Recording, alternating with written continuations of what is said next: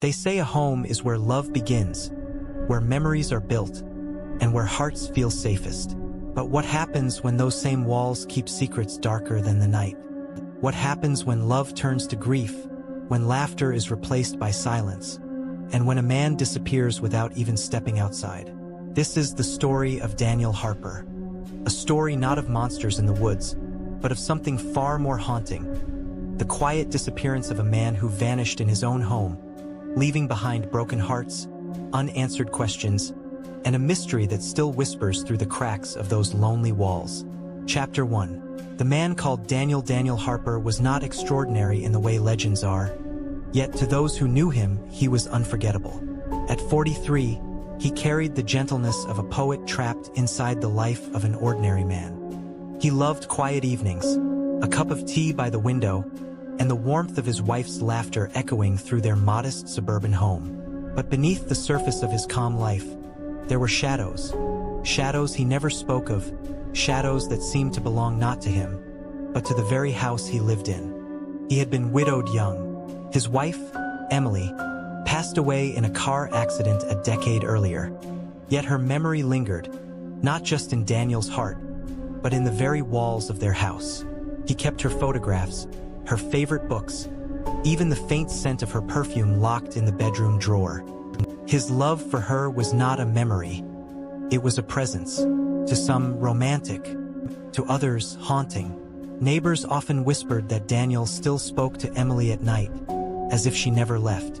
A man clinging to love, or a man touched by grief? Perhaps both. And yet, he was kind.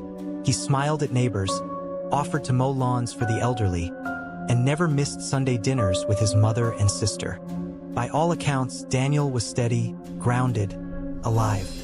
Until one October night when everything changed. Chapter 2. The last night, October 14th, 11:23 p.m. The wind was restless, tossing dead leaves across the street as Daniel drove into his driveway. A neighbor walking his dog waved at him, and Daniel returned the gesture with his usual warm smile. Nothing seemed strange.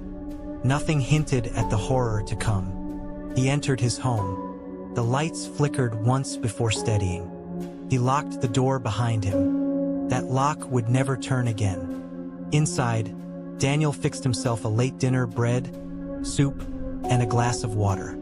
He sat in his living room chair, staring at the empty seat across from him.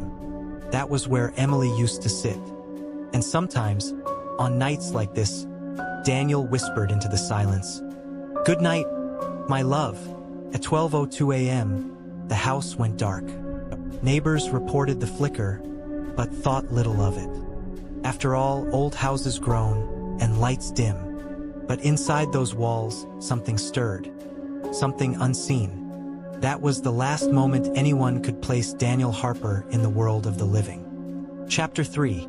The discovery. The next morning, Daniel's sister, Claire, arrived at the house. She knocked.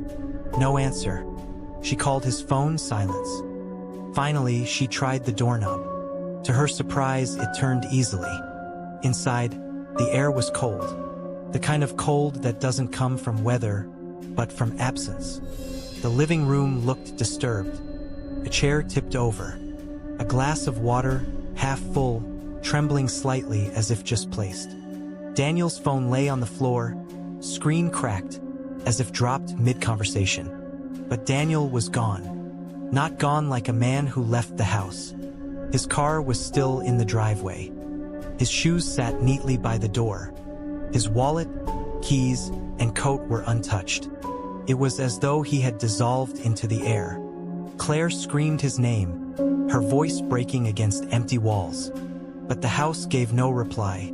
Chapter 4. The investigation. Police arrived within the hour.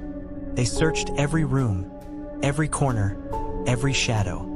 No forced entry. No blood. No signs of a struggle. The only anomaly was the hallway, where cadaver dogs picked up a scent. But it ended abruptly halfway down the corridor. As though Daniel had simply stopped existing. Detectives questioned neighbors. No one saw him leave.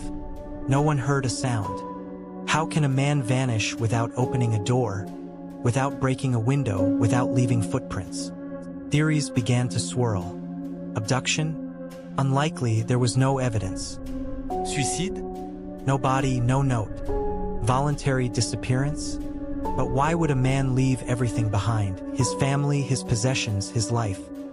The house itself became the focus. Some officers claimed they felt uneasy inside, as if watched.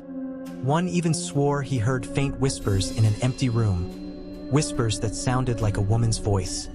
But the case file grew cold. Chapter 5. Theories and Whispers. The official report listed Daniel Harper as a missing person. But unofficially, whispers grew louder. Some believed he had been abducted by someone who knew the house well. Others thought he wandered barefoot into the woods during a mental break. But there were no footprints, no trail, no evidence he had stepped outside. Then came the darker theories. The romantic ones. The horrifying ones. Neighbors spoke of Emily, the wife who had died. They said Daniel never let go. They said he spoke to her. They said he believed she was still there. Could it be that Daniel's love had crossed a boundary? That he had followed her into the shadows, pulled by something unseen? Others pointed to the history of the house. Built in 1926, it had changed hands many times. Families who lived there often left suddenly. Rumors of strange voices, mirrors cracking, and figures in windows no one recognized. Perhaps Daniel was not the first to vanish.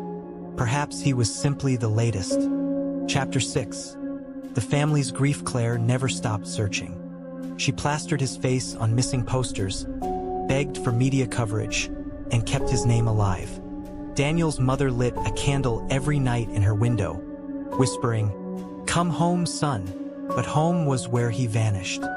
For the family, grief mixed with horror. Was Daniel dead? Was he alive somewhere, suffering? Or was he closer than anyone realized? Trapped, invisible, in the very house they once called safe? Claire often dreamed of him. In her dreams, Daniel stood at the end of the hallway, reaching for her. But every time she approached, the hallway grew longer. The door behind him slammed shut, and she woke up screaming. Was it just grief? Or was Daniel reaching out, begging to be found? Chapter 7. Community fear. The disappearance of Daniel Harper changed the town. Doors that were once left unlocked stayed bolted. Curtains stayed drawn at night. And children were told not to walk past the Harper house after sunset. Neighbors whispered that if you stood in the yard long enough, you could hear faint knocking from the walls. Others said they saw a shadow pass the upstairs window when the house was supposed to be empty. Fear took root. A fear not just of crime, but of the invisible, the unexplainable, the possibility that one of them could be next. Chapter 8. The unanswered question. Years have passed, yet Daniel Harper's disappearance remains unsolved. His name is etched into local memory not as a statistic, but as a ghost. His love for Emily still lingers in the whispers of his house. His absence remains an open wound for his family. And the question haunts us still. Did Daniel fall victim to crime? Did he choose to leave? Or did something far more sinister claim him within the walls of his own home? Sometimes, the most terrifying mysteries aren't the ones in forests or abandoned hospitals. They are the ones closest to us.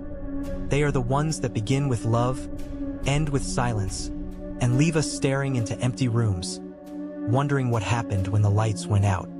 Closing narration. Daniel Harper was a man of love, of kindness, of ordinary life. But perhaps, in the end, he became something else. A reminder that love can blur the line between life and death, that grief can open doors we are not meant to walk through, and that the safest place we know can sometimes be the most dangerous. Because home is where the heart is, and sometimes it's where it stays forever.